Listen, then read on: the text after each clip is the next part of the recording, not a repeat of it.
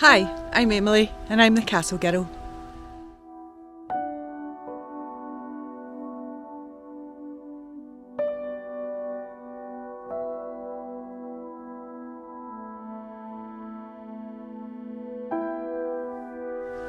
Today I'm at Tantallon Castle.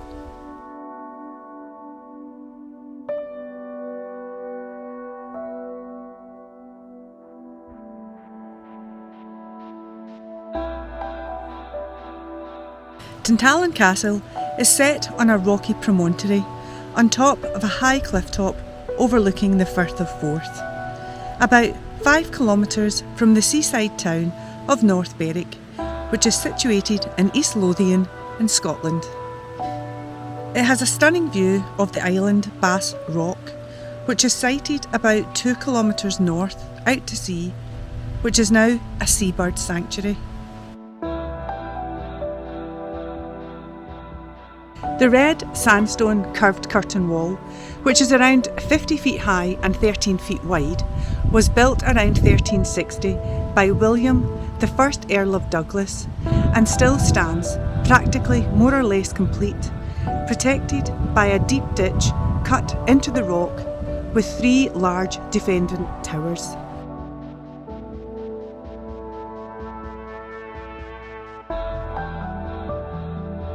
William created the title Earl of Douglas after murdering his godfather, William Douglas of Liddesdale, around 1358, and started building the castle at this time. It was George Douglas who inherited Tantallon, the illegitimate son of William Douglas, the second Earl. George was born at Tantallon Castle in 1380. The Earl of Angus's, also known as the Red Douglases, were possible tenants on the land and built the castle.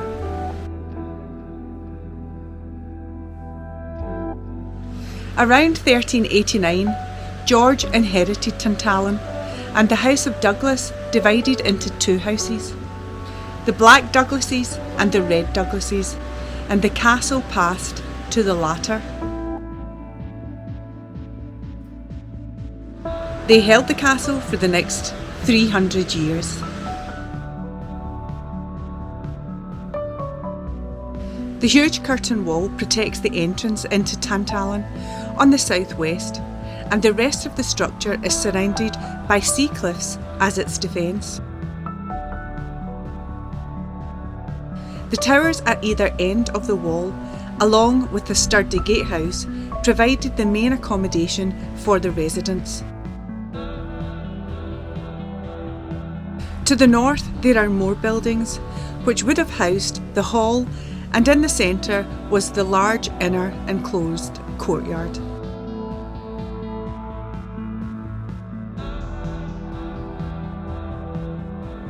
Tantallon was one of the last walled castles like this to be built.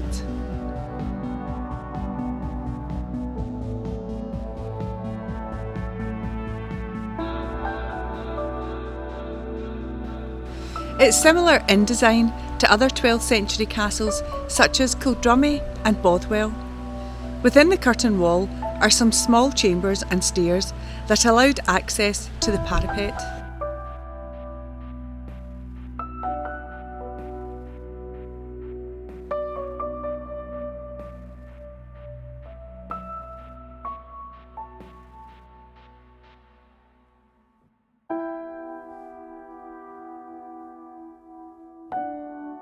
The parapet connects the towers.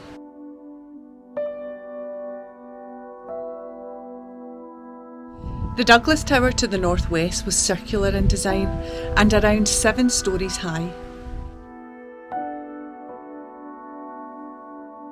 This keep would have been the main chambers for the lords at the time.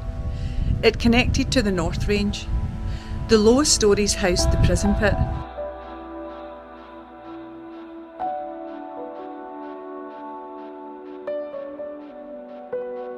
Tantallon Castle was built before gunfire was a threat. Even so, it held out through 2 royal sieges, one by James IV in 1491 and the other by James V in 1528. You can see the evidence of damage on the middle gatehouse tower as you approach the castle's entrance. The stone has a green tone in contrast to the rest of the castle's stonework. This indicates repairs carried out using stone from the local area.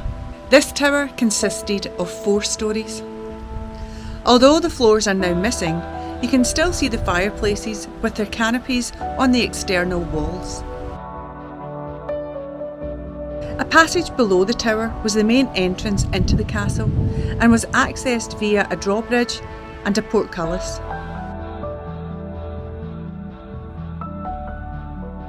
The east tower was originally 5 stories high, but after the siege in 1528 it was reduced to 2, and later stone vaults were inserted and gun ports. The building to the north was connected via the Douglas Tower. The Great Hall to the west dates from the 14th century, and you can see the marks indicating the hall's roof on the inside of the Douglas Tower. The now partially collapsed Eastern Tower was built around the 16th century. This would have housed the bakehouse and brewery and other labourer buildings. Tantallon has one of the deepest wells in Scotland, around 30 metres in depth.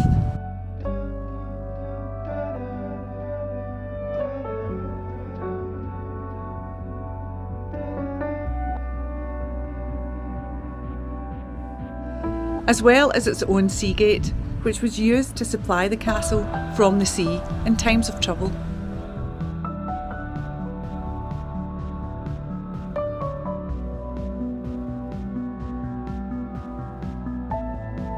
Along with fighting with their Black Douglases relations, the Red Douglases were in conflict with the Crowns.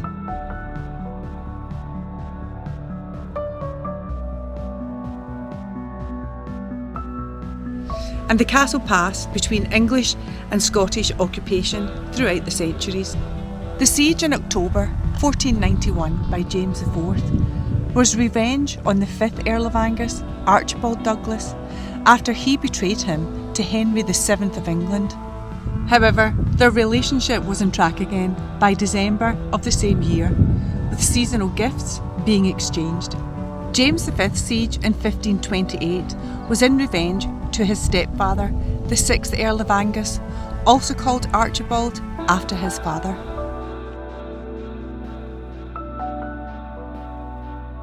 The castle withstood a 20-day barrage, with hardly little damage being inflicted.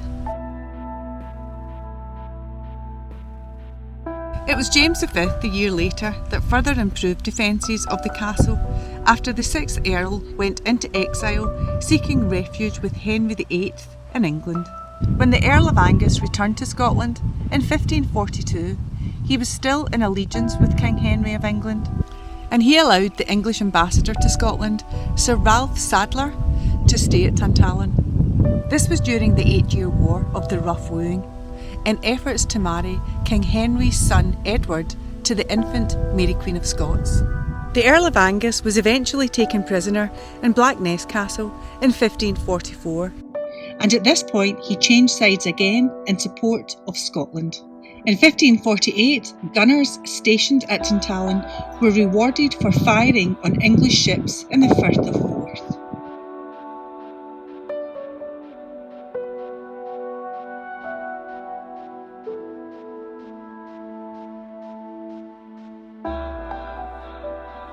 Archibald Douglas, the 6th Earl of Angus, died at Tantallon Castle in 1557. In 1565, James Douglas, the 4th Earl of Morton, controlled the castle on behalf of the young 8th Earl of Angus for a short while until Mary Queen of Scots appointed Robert Lauder of the Bass the captaincy. Mary visited Tantallon in 1566.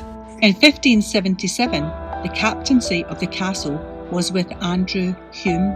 In 1573, the 8th Earl of Angus was the Privy Council and Sheriff of Berwickshire, who went on to be the Lieutenant General of the realm. However, he was exiled to England in 1581 for supporting the ultra-Protestant policy of the 4th Earl of Morton. The Keeper of Tantallon was ordered to surrender the castle to the Crown in 1583, along with other castles in the area. In August 1588, the 8th Earl of Angus died. James VI was in possession of the castle by July 1592 and passed the captaincy of the castle to Alexander Hume of North Berwick. He was a Scottish landowner and the Provost of Edinburgh. The captain by 1596 was Stephen Bruntfield. He was killed by Sir John Carmichael, the keeper of Liddesdale at the time, who was then killed by Bruntfield's brother, Adam. By November 1608, William Douglas, the 10th Earl of Angus, resided at Tantallon. After a period of peace, Tantallon saw military action again during the Bishops' Wars in 1639. After the Scottish Reformation, the Douglas family had remained Catholic. During this time, the castle was in the hands of William Douglas, the 11th Earl of Angus and 1st Marquess of Douglas. While he was in Edinburgh, the Covenanters captured Tantallon. During the Third English Civil War, a royalist group of around 90 men, led by Alexander Seton and based at Tantallon Castle, attacked Oliver Cromwell's troops in February 1651. At this time, the captain of Bath's Rock captured an English ship and the crew were imprisoned in the castle pit. In retaliation, Cromwell sent General Monk with a force of around 3,000 soldiers to Scotland, who attacked Tantallon.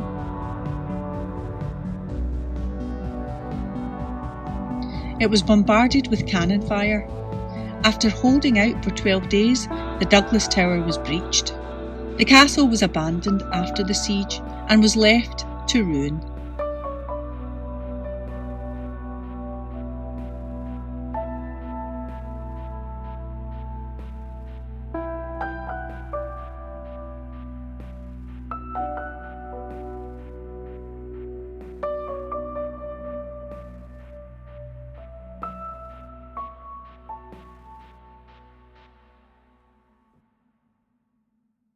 Tantallon ruins were purchased by Sir Hugh Dalrymple, Lord North Berwick at the time, in 1699. After the 12th Earl of Angus, James Douglas, was forced to consolidate his estates after accruing large gambling debts. Dalrymple left the castle to ruin, with stone being quarried from the site. In 1924, Sir Hugh Hamilton Dalrymple handed the castle to the Office of Works. The castle is now a scheduled ancient monument and is in the care of Historic Environment Scotland.